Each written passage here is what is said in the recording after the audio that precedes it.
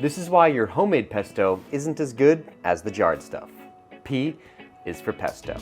We've all been there. You buy a big tree of basil, a hunk of imported Parmesan, and a huge sack of pine nuts. You follow the recipe perfectly, and you're left with an underwhelming green slime and leftover pine nuts that will sit on your shelf forever to remind you of your failure as a chef.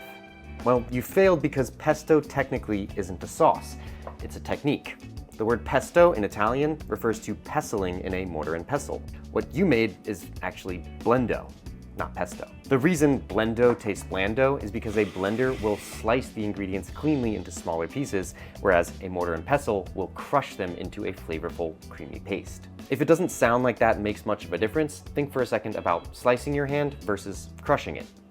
It makes a difference. Side by side, you can clearly see that difference, but to taste it, you'll have to stop pining of your leftover pine nuts, follow this recipe, and pestle some pesto.